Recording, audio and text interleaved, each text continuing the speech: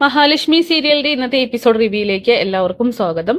അങ്ങനെ മാർക്കോയും കണ്ണനും ചേർന്ന് ഒരു അയ്യപ്പ ക്ഷേത്രത്തിലേക്ക് വരികയാണ്. എന്തായാലും അവിടെ ആ അമ്മയുണ്ട്. അങ്ങനെ കണ്ണൻ മാർക്കോയോട് ചോദിക്കുന്നുണ്ട്, നിങ്ങളെയൊക്കെ കുറിച്ച് മഹിക്ക് ഒരു സംശയമുണ്ട്.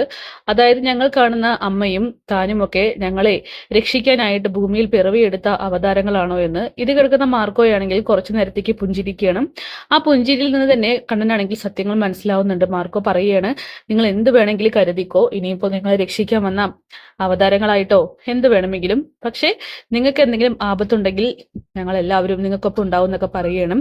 അങ്ങനെ മാർക്കോയാണ് ക്ഷേത്രത്തിനകത്തേക്ക് കയറി പോകുന്നുണ്ട്. പുറകെ തന്നെ കണ്ണനാണെങ്കിൽ അവിടെ എല്ലാവരുടെയും തൊഴുത് പ്രാർത്ഥിക്കുകയാണ്. അങ്ങനെ പൂജാരിയെ കാണുന്നുണ്ട്. അങ്ങനെ ആ പൂജാരി കണ്ണനോട് പറയുകയാണ്, ഇപ്രാവശ്യത്തെ മലക്കയറ്റം അത് വളരെ കഠിനമായിരിക്കും, അതുകൊണ്ട് തന്നെ സൂക്ഷിച്ചു വേണം, ശത്രുക്കൾ ചുറ്റിലുമുണ്ടെന്നുള്ള കാര്യം വളരെ കൃത്യമായി തന്നെ അറിയാൻ കഴിയുന്നുണ്ട്. ഇത് കേൾക്കുന്ന കണ്ണൻ പറയുകയാണ്, എൻ്റെ കൂടെ എല്ലാവരും ഉണ്ട്, അതായത് സാഗറും മാർക്കോയും ലോപ്പസും ഒക്കെ തന്നെ ഉണ്ടെന്ന് പറയുമ്പോൾ അവരൊക്കെ ഉള്ളതാണ് ആകെ ഒരു ആശ്വാസം. കാരണം എല്ലാത്തിൽ നിന്നും നിന്നെ എല്ലാ ആപത്തുകളിൽ നിന്നും പിടിച്ചു കയറ്റാൻ പോകുന്നത് അവരാണെന്നൊക്കെ പറയണം. പിന്നീട് കണ്ണനാണെങ്കിൽ അവിടെയൊക്കെ തന്നെ തൊഴുത് പ്രാർത്ഥിക്കുന്നു. അങ്ങനെ മാർക്കോയാണെങ്കിൽ അമ്മയെ കാണാനായിട്ടാണ് പോകുന്നത്. അമ്മ മാർക്കോയെ ഉപദേശിച്ചു കൊണ്ടിരിക്കുകയാണ്. അതായത് കണ്ണനെ വളരെ സൂക്ഷ്മതയോട് കൂടിയിട്ട് മല കയറ്റണമെന്നും എല്ലാ ആപത്തുകളിൽ നിന്നും നിങ്ങൾ വേണം അവനെ രക്ഷിച്ചു കൊണ്ടുവരാനെന്നൊക്കെ മാർക്കോ പറയുന്നുണ്ട്. അതിനാണല്ലോ മുരുക ഭഗവാനെ ആവാഹിച്ച ആ വേല് നെഞ്ചോട് ചേർത്ത് ആ ഭഗവാന്റെ അവതാരമായിട്ട് ഞാനിപ്പോ ഇവിടെ ഇങ്ങനെ ഇരിക്കുന്നത്. കണ്ണൻ സാറിന്റെ എല്ലാ അവശതകളിലും ഞാൻ കൂടെയുണ്ടാകും, ഞാൻ മാത്രമല്ല എൻ്റെ സുഹൃത്തുക്കളും. അങ്ങനെ അമ്മയാണെങ്കിൽ മാർക്കോയെ അനുഗ്രഹിച്ചു വിടുന്നുണ്ട്. ഈ സമയം കണ്ണനാണെങ്കിൽ മാർക്കോയെ അന്വേഷിച്ച് നടക്കുകയാണ്.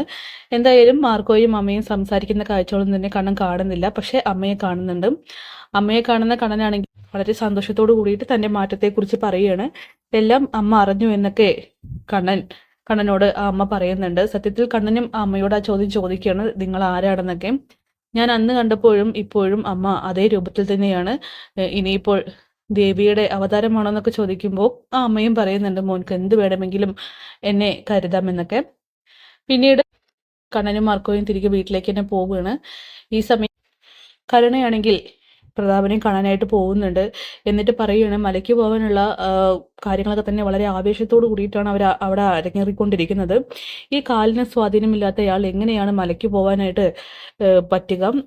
അവിടെ ആദ്യമായിട്ട് പോകുമ്പോൾ വളരെ ബുദ്ധിമുട്ടല്ലേ എന്നൊക്കെ ചോദിക്കുമ്പോൾ പ്രതാപം പറയുന്നുണ്ട്, അതിനാണല്ലോ ആ മാർക്കോയും ലോപ്പസും ആ സാഗറൊക്കെ തന്നെ കൂടെ പോകുന്നത്.